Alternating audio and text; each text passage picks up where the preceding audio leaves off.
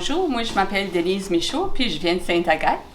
Aujourd'hui, je vais faire une vieille recette que notre famille a faite pour des générations. Ça s'appelle un cipote, pot en pot.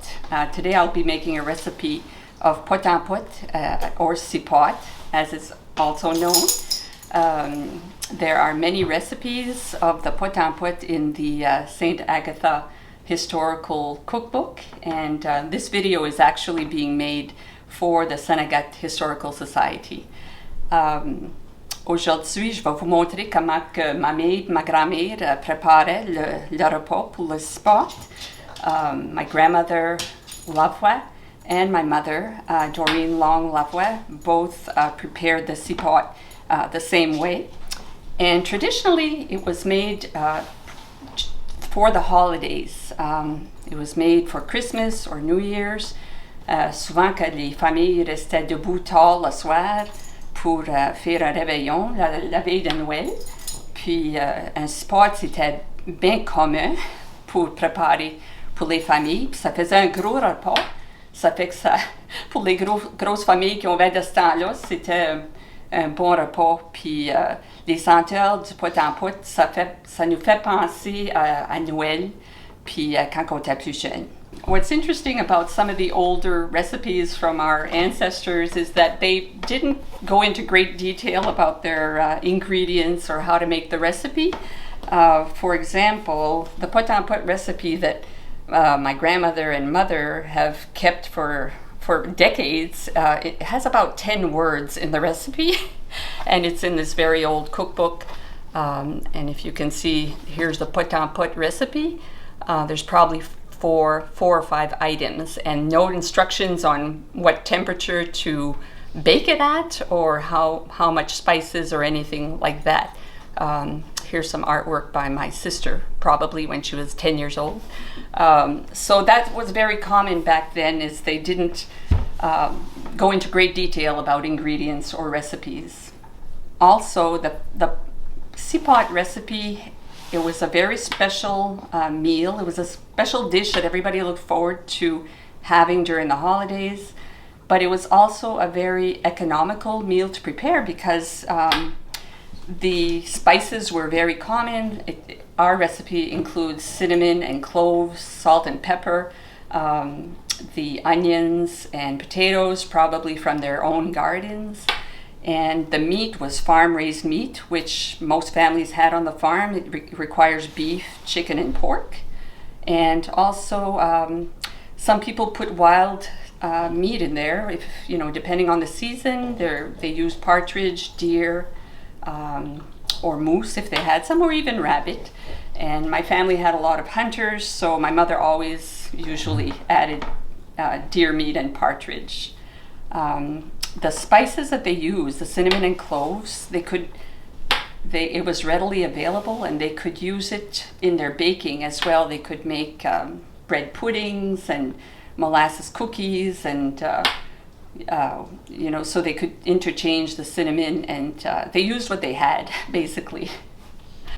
The pot en pot is a recipe that involves layers of meats, and then a layer of onions, a layer of potatoes, sliced potatoes, and then covered with a pastry dough or poutine type dough. And then you repeat the layers, another layer of meat, another layer of onions, another layer of potatoes, and then you finish off with the pastry dough. And so today I will begin by showing you the various ingredients. And we typically use beef, chicken, and pork. And what you want to do is cut it into, fairly small pieces, about like this. And the same with the chicken.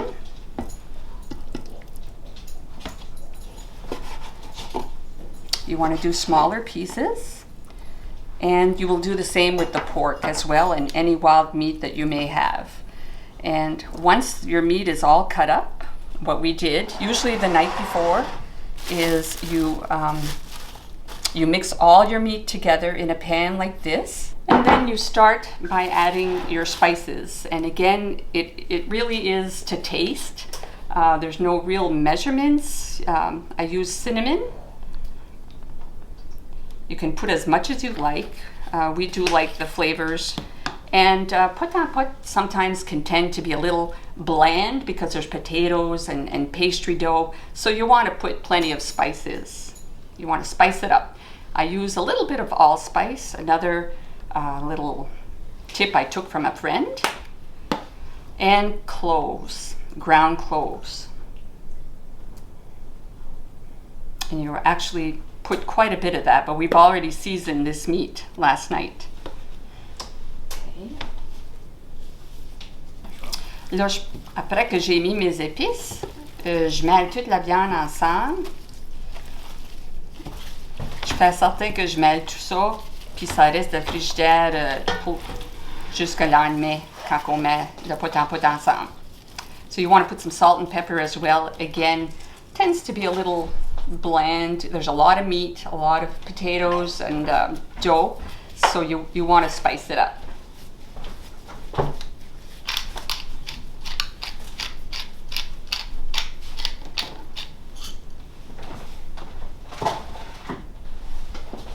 On va préparer les oignons.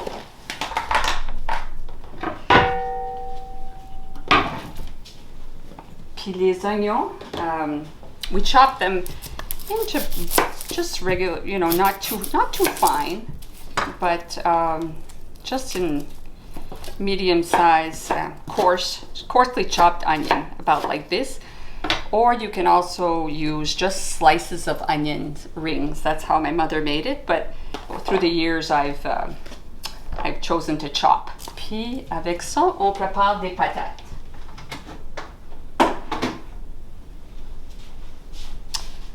For the recipe that we're making, we have about 4 cups of chopped onion, and we have about 10 cups of meat combined, the chicken, pork, and beef.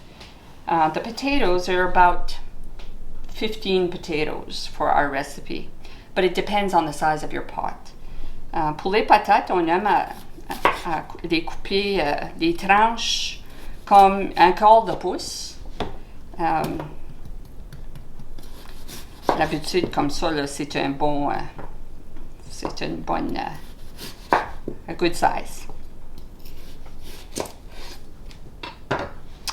Ça fait que là, on a notre viande, nos oignons, nos patates sont tout prêts.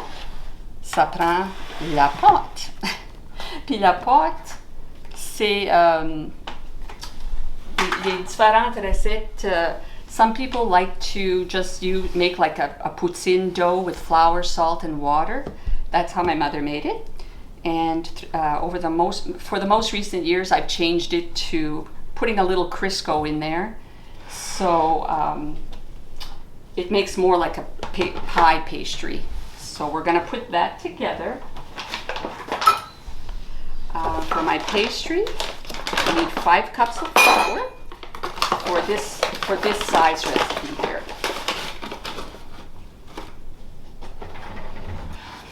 So for the pastry, I put 5 cups of flour and a teaspoon of salt.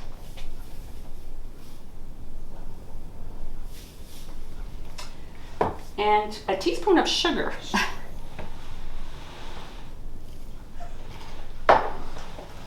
I put 2 teaspoons of baking powder, Rumford.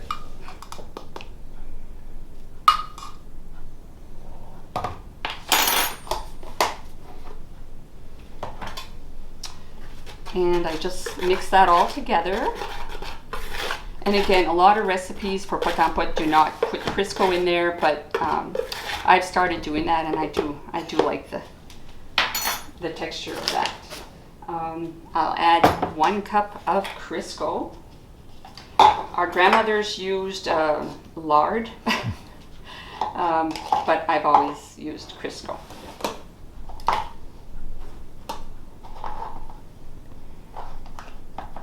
J'ai beaucoup de parentiers qui font encore le pot-en-pot aussi. Il y en a jusque dans le Massachusetts qui font encore du pot-en-pot. Ça fait que c'est une tradition que la famille aime. Ça fait que là, je mêle mon Crisco. Je mêle tout ça ensemble jusqu'à temps que ils disent jusqu'à temps que ça regarde comme du gréau.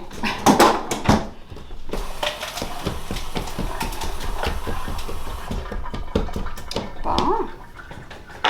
Une fois que c'est mêlé comme ça, tu peux checker si c'est prêt. D'habitude, quand we squeeze it like this, puis ça reste collé, c'est pas mal prêt pour ajouter de l'eau. Moi, j'use tout le temps de l'eau frette avec de la glace.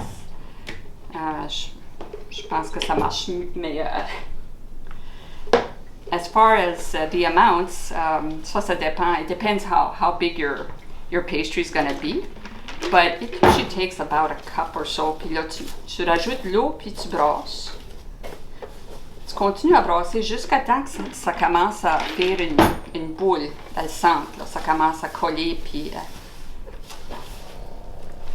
I like to put my pastry in the fridge for about an hour so that it's much easier to roll out.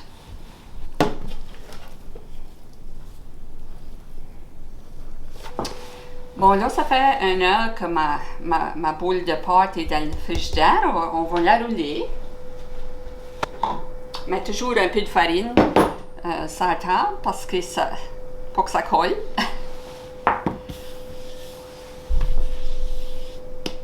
Puis je n'en mets un petit peu sur la boule pour aider sur la boule puis sur ton your rolling pin. Je sais pas comment dire ça en français.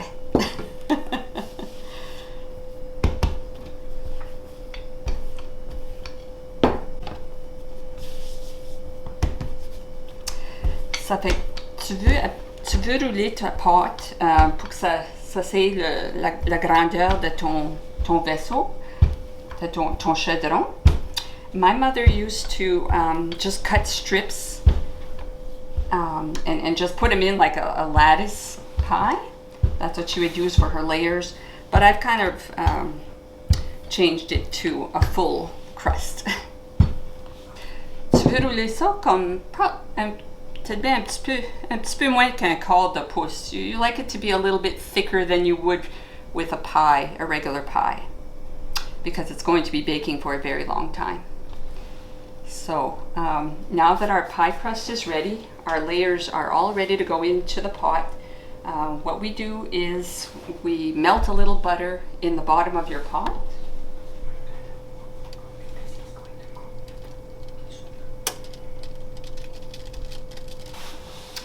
Bon, là, je suis prêt. J'ai fondu mon beurre dans le fond du chaudron. I'm ready to put the meat in, start the layers.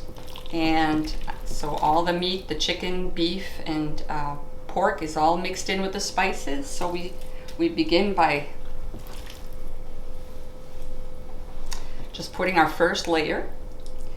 And of course, the number of layers that you can put in depends on the size of your pot.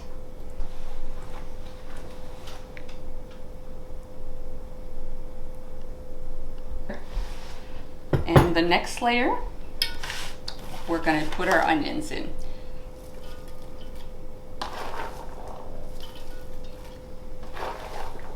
And after the onions is our layer of potatoes.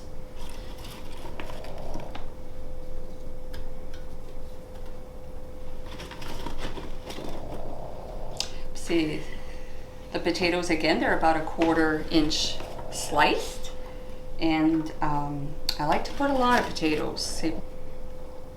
And you press down on every layer. So here we've got the potatoes in there. And again, because potatoes tend to be a little bland, I always put extra salt and pepper on that layer.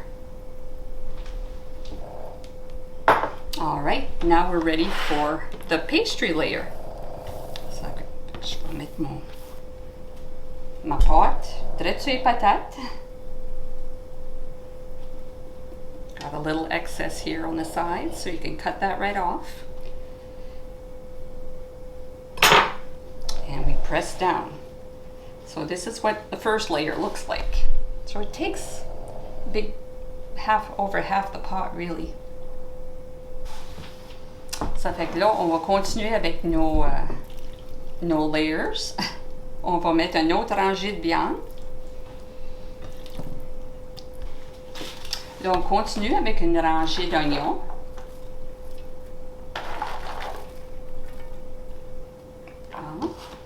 Puis la rangée de patates. La dernière rangée de patates.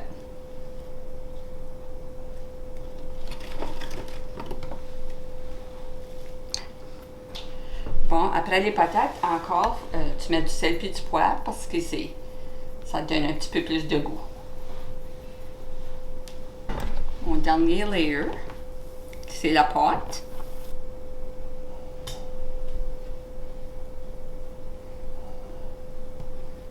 Puis on pèse, on fait rentrer ça là-dedans. And you just trim off the excess.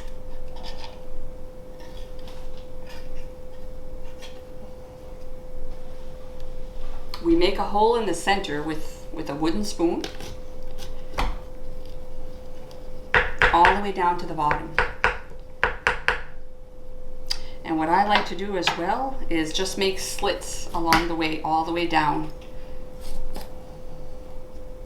through all the layers. So at this point we add, most people use just water, but I like to use beef broth. So it's about 2 cups of beef broth right down the center.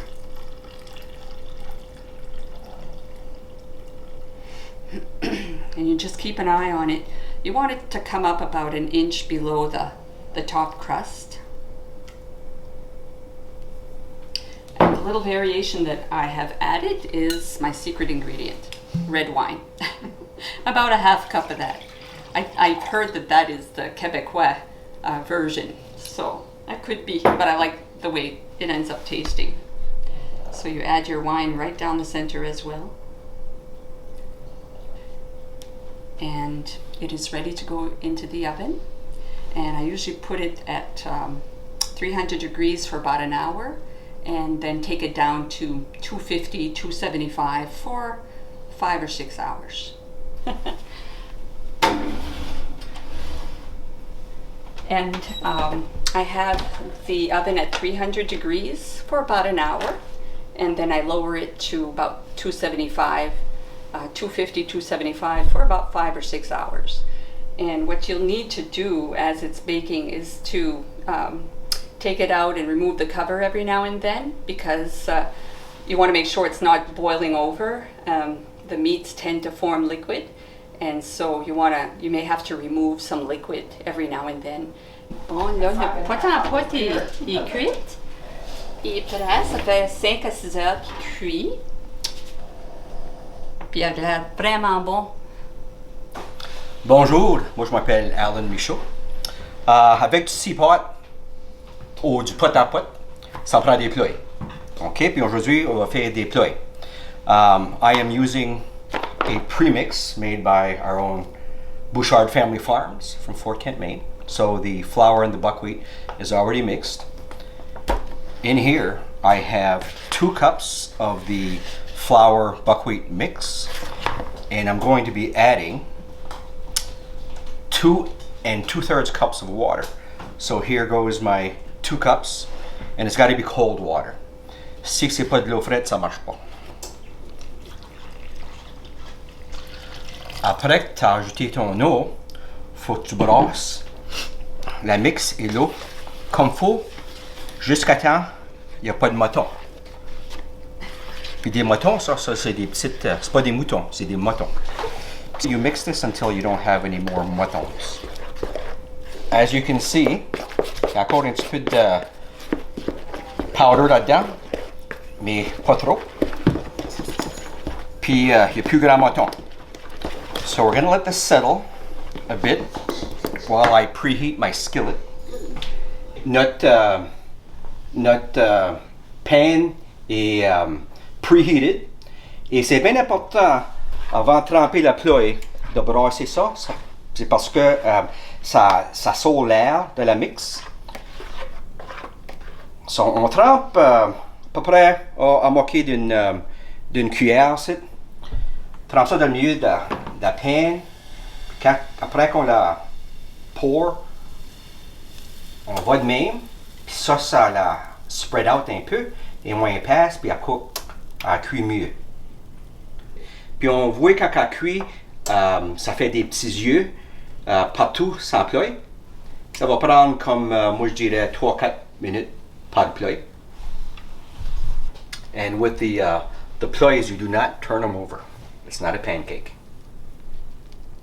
La Ploye est quasiment prêt. You can see by the edges are starting to lift a little bit, and the liquid is now firm. I'm going to take this one out. Par-dessus les autres ici, on va les stacker. Après ça, on prend un linge de vaisselle, bien net, pour mettre par-dessus. Tandis qu'on cuit les Ployes, on fait de la fougère. Donc là, la fougère est après bouillir dans une coupe de tasse d'eau. On a mis un petit peu de sel et du poivre. Aussi, un beef bouillon cube et un petit peu de beurre. Puis on va cuire ça jusqu'à temps que sont tendres.